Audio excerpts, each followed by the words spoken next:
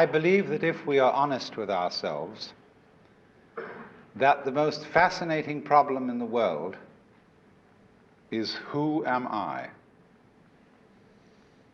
What do you mean? What do you feel when you say the word I myself? I don't think there can be any more fascinating preoccupation than that, because it's so mysterious, it's so elusive. Because what you are in your inmost being escapes your examination in rather the same way that you can't look directly into your own eyes without using a mirror, you can't bite your own teeth, and you can't touch the tip of this finger with the tip of this finger. And that's why there's always an element of profound mystery in the problem of who we are. This problem has fascinated me for many years, and I've made many inquiries, and there is a certain consensus about this, a certain agreement, especially among people who live in Western civilization. Most of us feel I, ego, myself, my source of consciousness, to be a center of awareness and a source of action that resides in the middle of a bag of skin. And so we have what I have called the conception of ourselves as a skin-encapsulated ego. Now, it's very funny how we use the word I. We don't say, I beat my heart, in the same way as we say, I walk, I think, I talk. We feel that our heart beats itself, and that has nothing very much to do with I. In other words, we don't regard I myself as identical with our whole physical organism. We regard it as something inside it. And most Western people locate their ego inside their heads. You are somewhere between your eyes and between your ears, and the rest of you dangles from that point of reference. It is not so in other cultures. When a Chinese or Japanese person wants to locate the center of himself, he points here to what Japanese call the kokoro, or the Chinese call shin, the heart, mind. Some people also locate themselves in the solar plexus. But by and large, we locate ourselves behind the eyes and somewhere between the ears. We speak of coming into this world. And this whole sensation that we are brought up to have of being an island of consciousness locked up in a bag of skin, facing outside us a world that is profoundly alien to us in the sense that what is outside me is not me.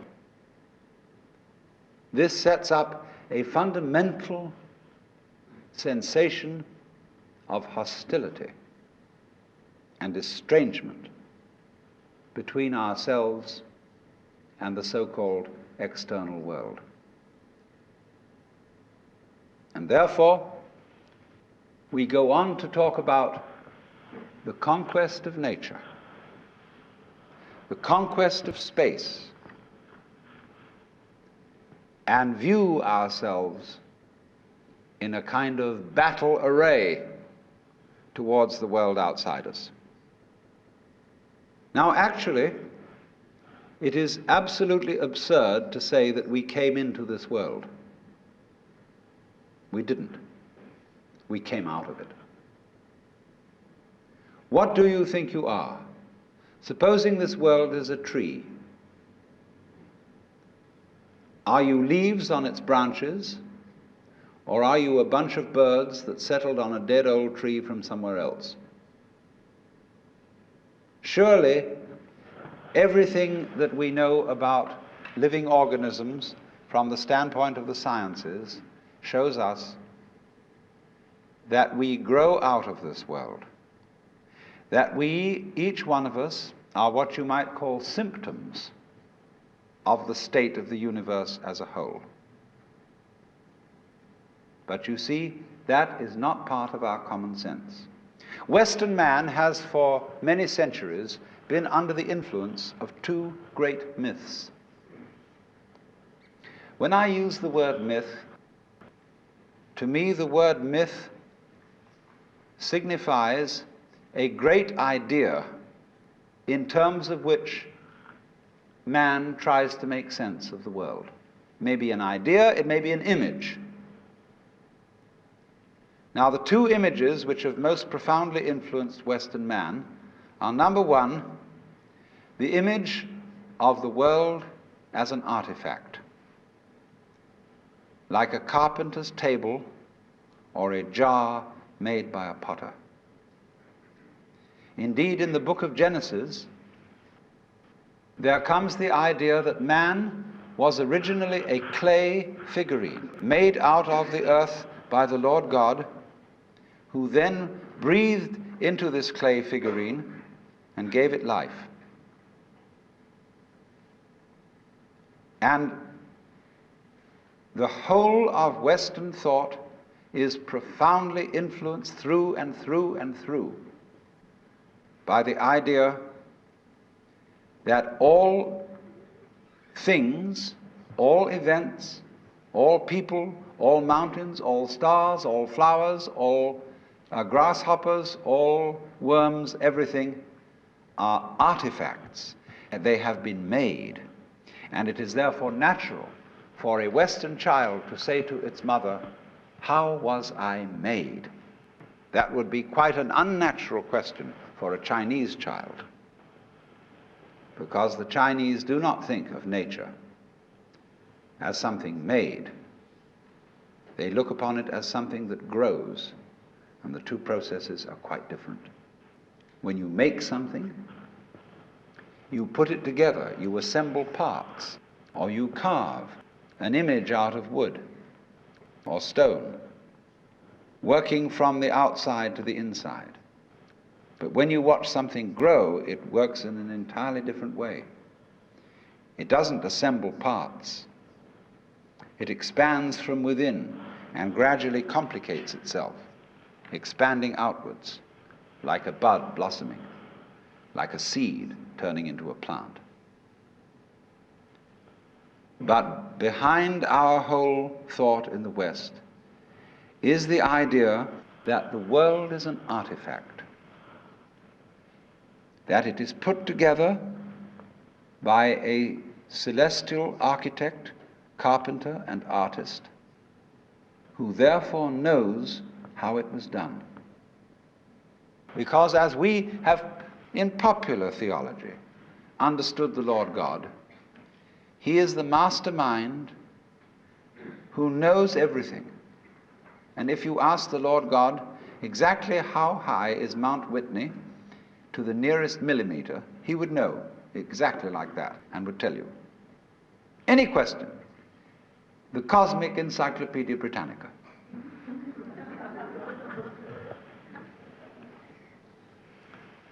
Unfortunately, this particular image or myth became too much for Western man, because it was oppressive to feel that you are known through and through and watched all the time by an infinitely just judge.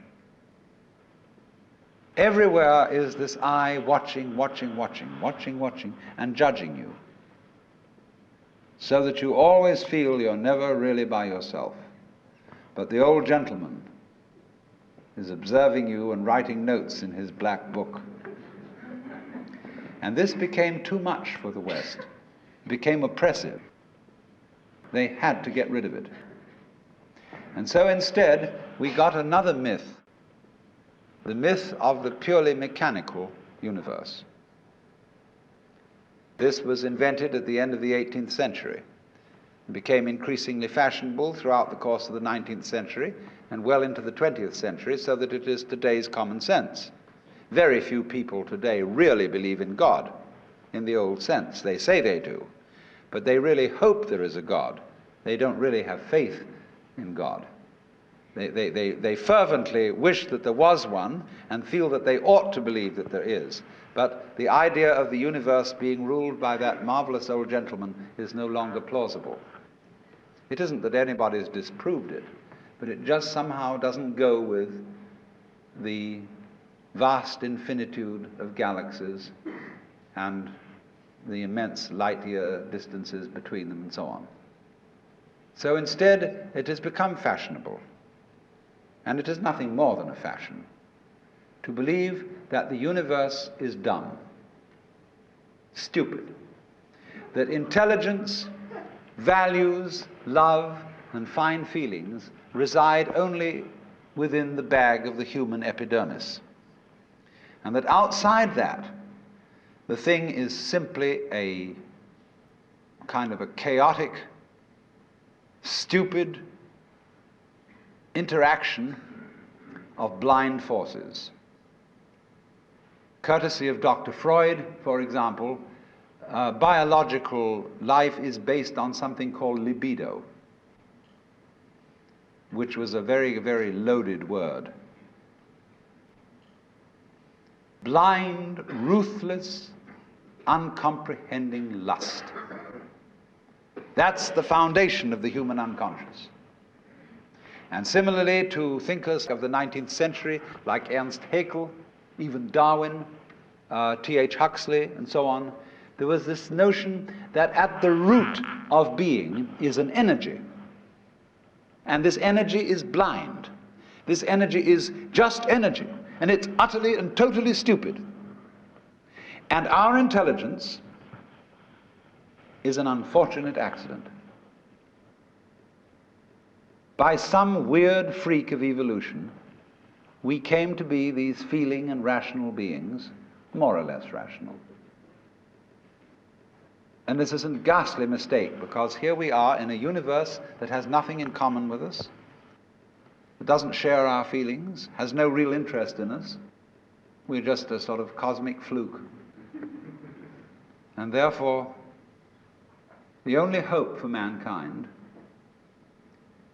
is to beat this irrational universe into submission and conquer it and master it. Now, all this is perfectly idiotic. If you would think that the idea of the universe as being the creation of a benevolent old gentleman, although he's not so benevolent, he takes a sort of, this hurts me more than it's going to hurt you sort of attitude to things. You can have that on the one hand, and if that becomes uncomfortable, you can exchange it for its opposite, the idea that the ultimate reality doesn't have any intelligence at all. At least that gets rid of the old bogey in the sky, in exchange for a picture of the world that is completely stupid. Now, these ideas don't make any sense, especially the last one, because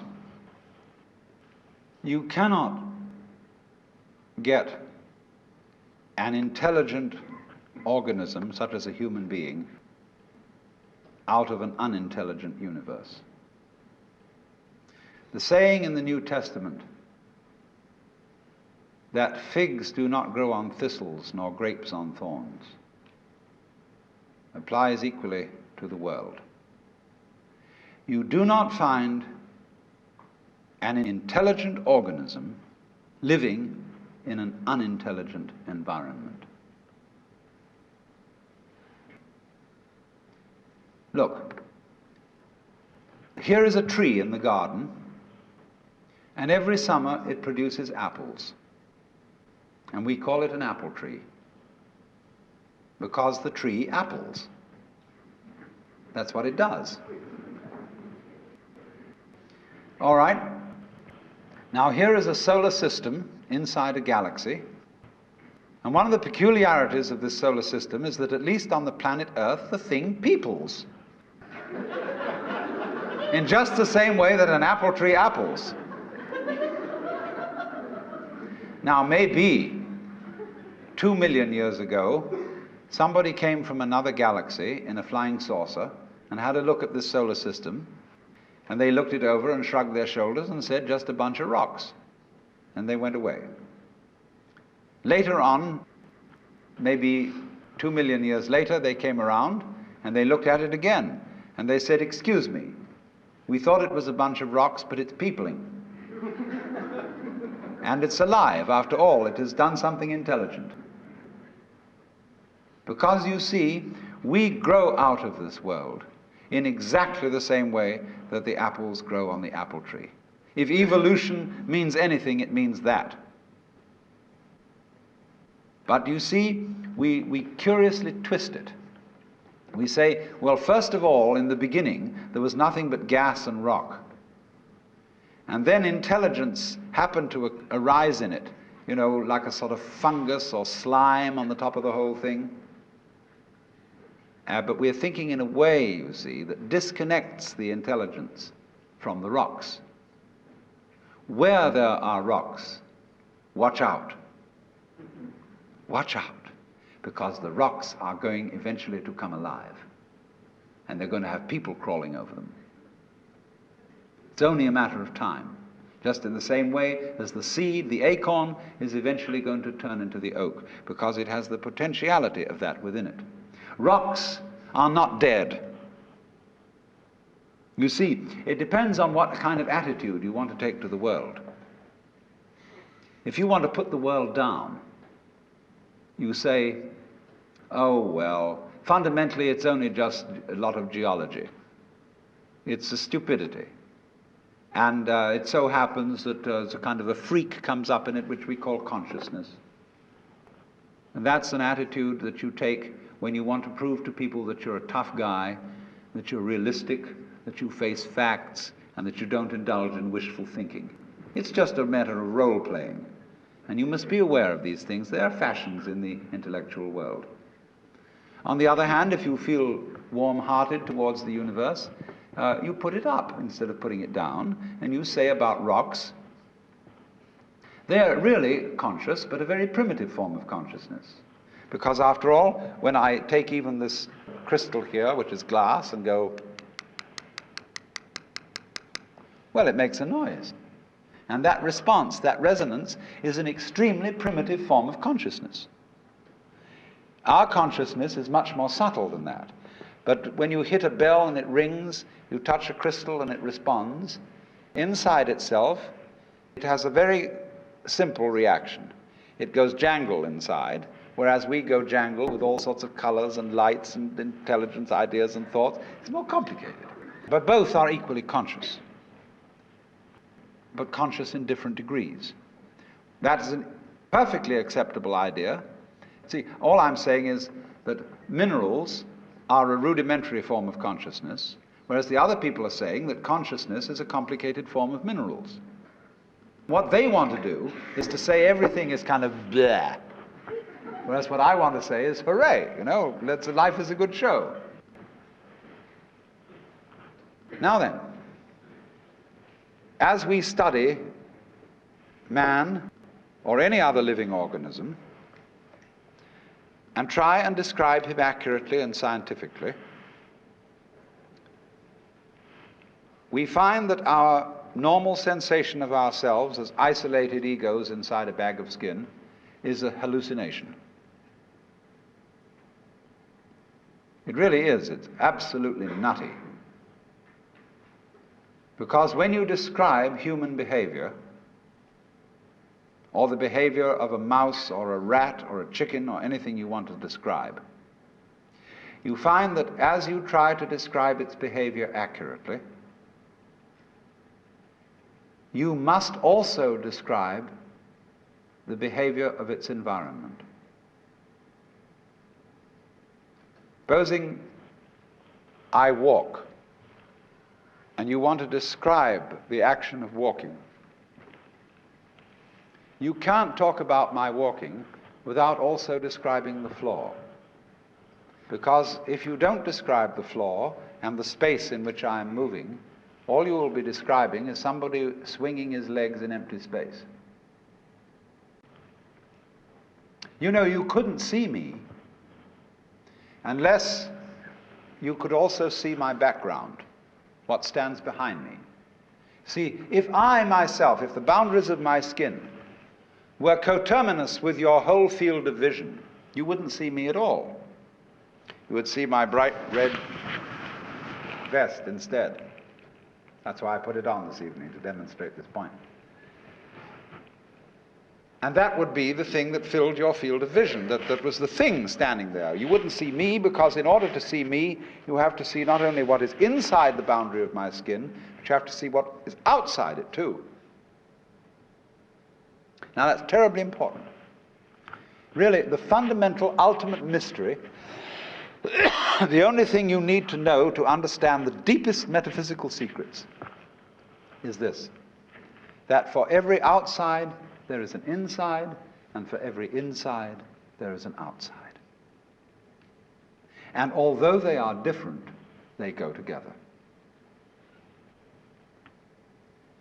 There is, in other words, a secret conspiracy between all insides and all outsides, and the conspiracy is this: to look as different as possible, and yet underneath to be identical, because you don't find one without the other.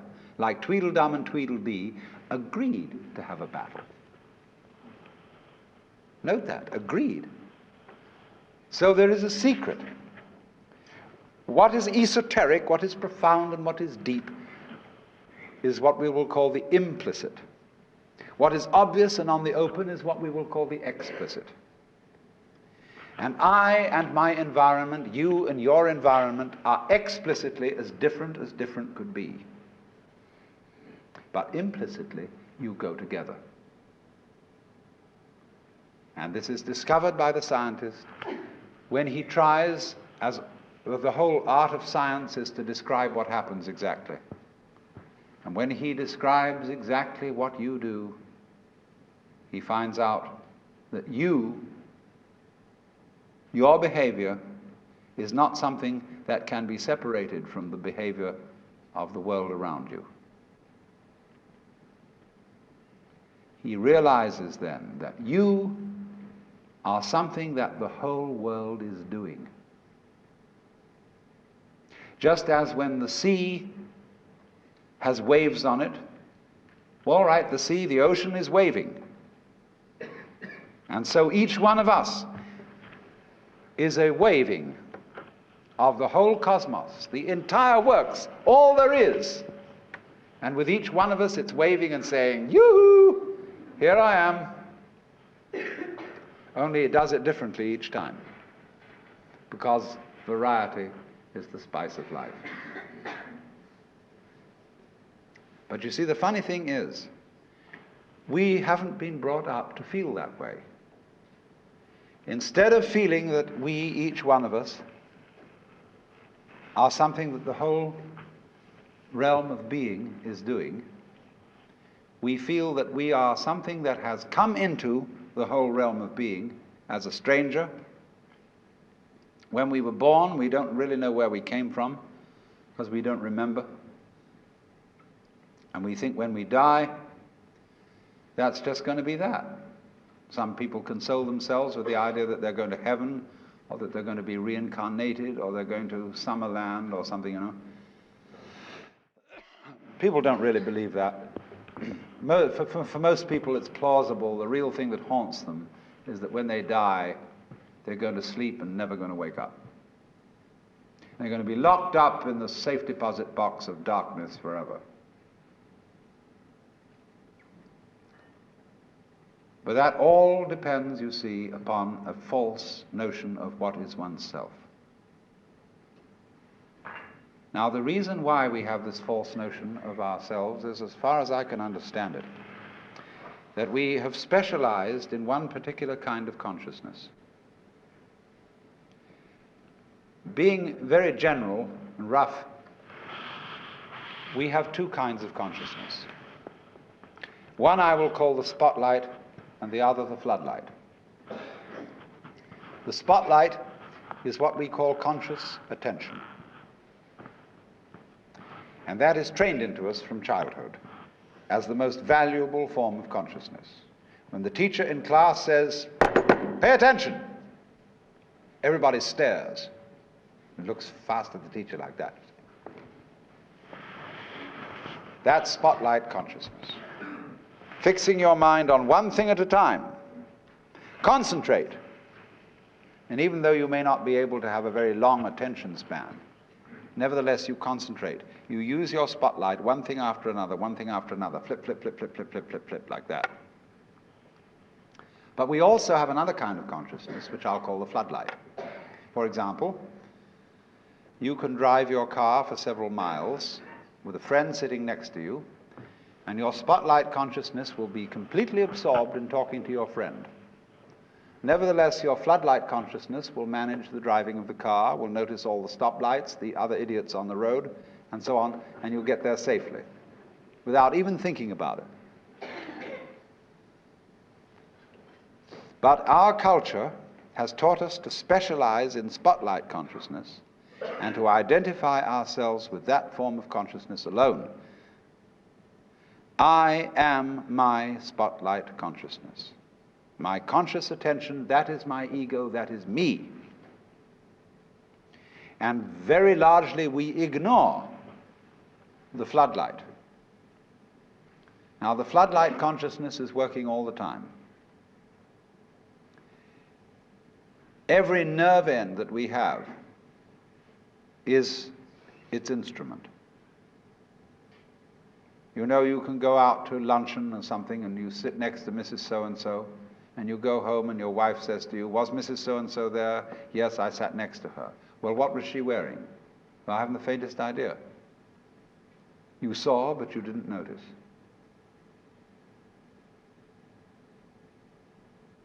Now, because we have been brought up to identify ourselves with the spotlight consciousness, and the floodlight consciousness is undervalued, we have the sensation of ourselves as being just the spotlight, just the ego that looks and attends to this and that and the other. And so we ignore and are unaware of the vast, vast extent of our being. People who by various methods become fully aware of their floodlight consciousness have what is called a mystical experience, or a cosmic consciousness, or what the Buddhists call bodhi, awakening. The Hindus call moksha, liberation, because they discover that the real deep, deep self, that which you really are, fundamentally and forever, is the whole of being. All that there is, the works, that's you. Only that universal self that is you has the capacity to focus itself at ever so many different here and nows. So when you use the word I, this, as William James said, is really a word of position, like this or here. Just as a sun or star has many rays, so the whole cosmos expresses itself in you, in you, in you, in you, in you, with all the different variations. It plays games. It plays the John Doe game, the Mary Smith game. It plays the beetle game, the butterfly game, the bird game, the pigeon game, the fish game, the star game.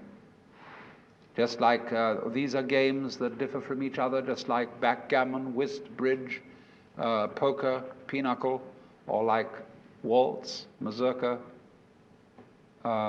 minuet, and so on. It dances with infinite variety.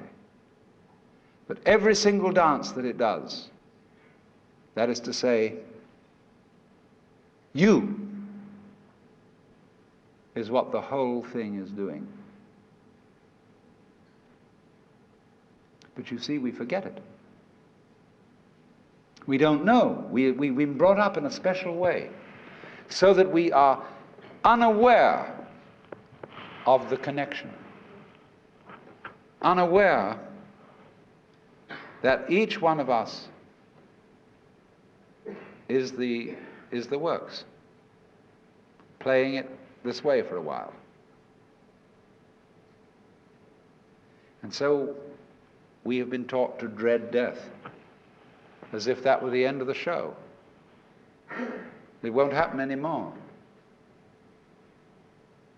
And therefore to be afraid of all the things that might bring about death, pain, sickness, suffering. And if you don't know, you see, if you're not really vividly aware of the fact that you are basically the works, you have no real joy in life. You're just a bundle of anxiety mixed up with guilt. Because you see, when we bring children into the world, we play awful games with them. Instead of saying, "How do you do? Welcome to the human race. Now, my dear, we are playing some very complicated games. And these are the rules of the game we're playing.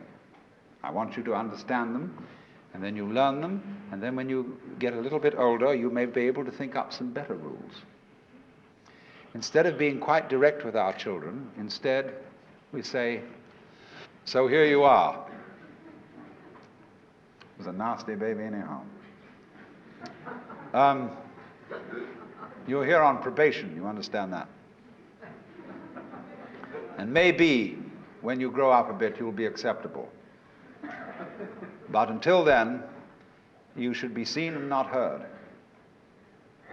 You're a mess. And you've got to be educated and schooled and whipped until you're human. So that these attitudes which are inculcated into us in infancy go on into old age. The way you start out is liable to be the way you finish. And so people going around fundamentally feeling that they don't belong. Because their parents said to them in the first place, "Look, you don't really belong here. You're here on sufferance. You're on probation. You're not a human being yet." And people feel this right on into old age. And so they figure that the universe is presided over by this awful kind of God the Father parent, who, yes, has our best interest at heart, is loving, but who spares the rod spoils the child. Whom the Lord loveth, he chasteneth. And so everybody's sort of, when's it going to hit next? And so don't feel that they belong. So we get this ghastly, what I call Christian ego. It's a little bit Jewish too.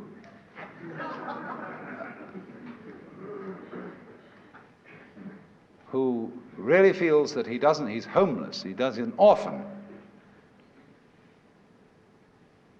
Even the Christians say we are sons of God by adoption and grace. Not real sons, but by adoption and grace and sufferance. And so comes this sensation, you see.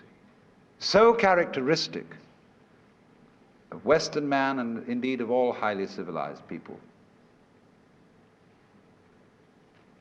Of being a stranger in the earth. A momentary flash of consciousness between two eternal blacknesses. And therefore, in constant contentiousness with everything around you, not only with other people, but with the earth, with the waters, and the symbol of it all in our culture is the bulldozer.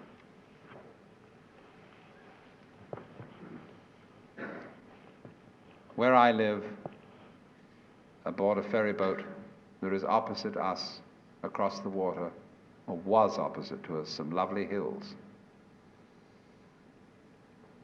They are going to put houses there. But they are going to try and put the sort of houses you would find in a suburban tract lot, on a hill, of all things. Because a good architect can make a house fit the hill. He doesn't have to destroy the hill to put a house on it. And if you want to live on a hill, obviously you want to live on a hill. And you don't want to destroy the hill by virtue of living on it. But that's what they do, especially in California. Because Texas is kind of flat, and they don't have to do that kind of thing. But in California, where we've got lots of hills, they always scrape the tops off them till they're perfectly flat. Then they put houses on, and then they scrape them off in terraces all the way down. They upset the ecology of the hill, and eventually all the houses fall down. And so what? But by that time the payments have been made. But that's because the builder doesn't feel that the external world is his own body. It is. The external world is your own body extended. So he, instead of going up to the hill and saying, "Good afternoon, I very much want to live here, and I would like to know what kind of house you would like to have built on you." An intelligent architect always does that. Instead of that, he has a prejudice about what kind of a house is a house. And he has to make the hill submit to this prejudice. So he has to ruin the hill and get rid of it, pretty much, then put the house on it. He's absolutely out of his mind. And he's out of his mind because he doesn't realize that the external world is his body. When he realizes that, he'll get his mind back.